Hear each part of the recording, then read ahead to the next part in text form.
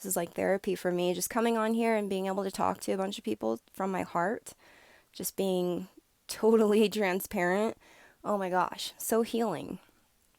Um, I know that you are the type of soul to be devoted to your path. I feel you guys. You guys are serious about your expansion, your ascension into your highest self. And I think that's amazing because we're living in a world right now where people are adamant about doing the opposite.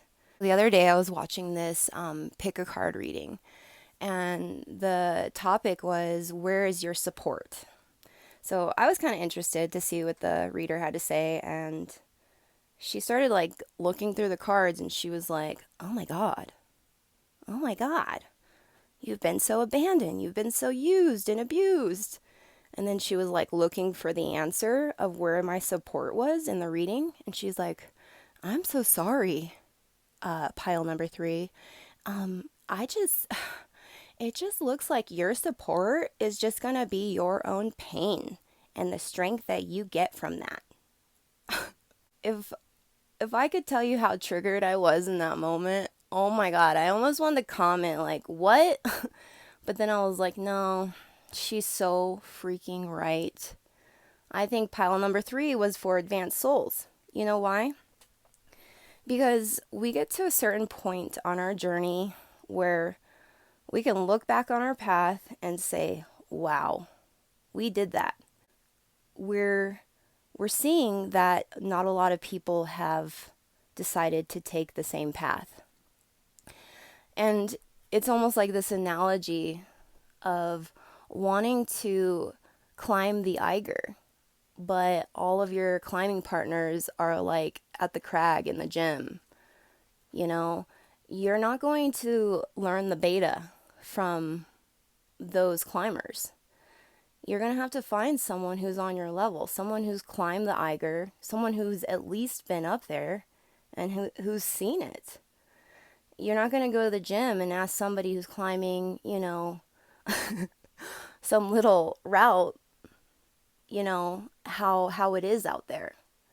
So it's been a very kind of eye-opening experience. It's a harsh reality once you finally fully devote your soul to the light. So it's kind of human to want to go back to the familiar. I noticed on my journey I kept going back to the dry wells looking for water. There's so many dry wells scattered around my past. People that just didn't show up for me, people who were emotionally avoidant and just like disconnected from themselves. They didn't have soul food or emotional food for me. They didn't have that kinship. So, you're so wanting that support and connection, you keep going back to that well, but the well is dry. So that's what I really learned, was that the people that devalued you and discarded you, they're not going to have any answers for you. Those are the dry wells that you have to pass up. You got to take them off your map. Unfortunately, it can be parents, they can be friends, they can be sisters, brothers, aunts, uncles. They can be people that should have been in your life, but they just are not there because they didn't show up for themselves. That's another thing I want to explain to you. I've really lost a lot of my resentment and my anger towards a lot of these people because I realized that what they couldn't do for me, they couldn't do for themselves. And I actually started to feel bad for them. I started to like pity their experience and their pain, and I started to actually really acknowledge that. So that helped me move through some of my pain of feeling abandoned because I realized that, wow, they abandoned themselves, not just me. So I know if you're listening to this video, my soul family here, you've done some serious work on yourself.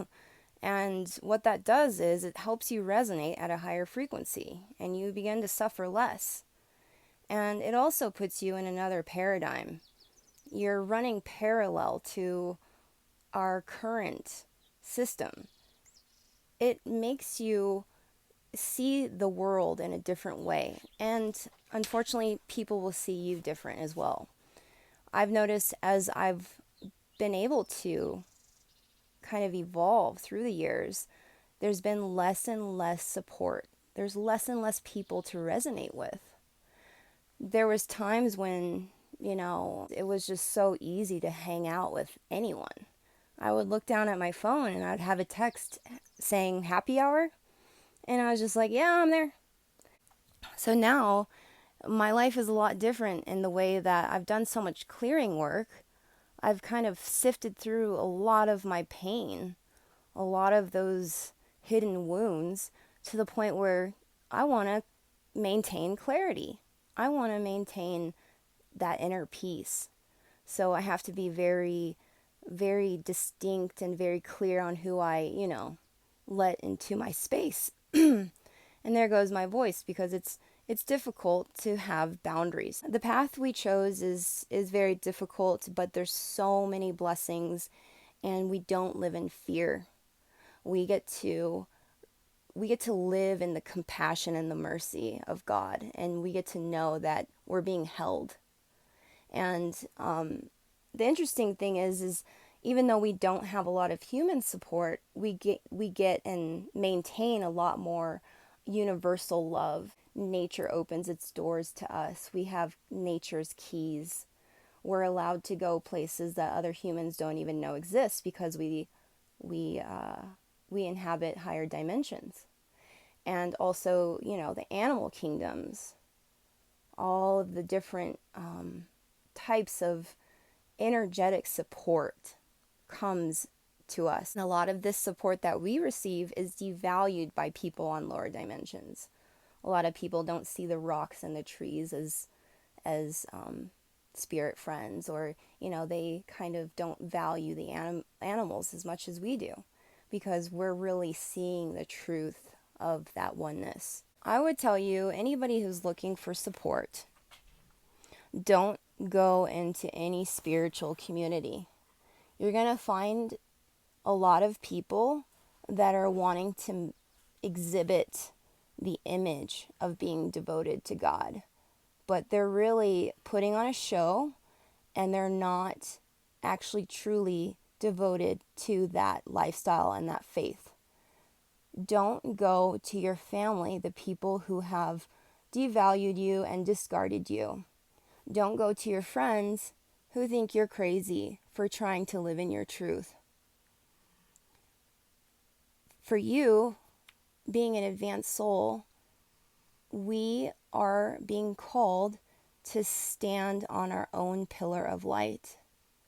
We are now being asked to support ourselves, looking within, asking Great Spirit, asking our higher self for the answers, for the support, and we shall receive.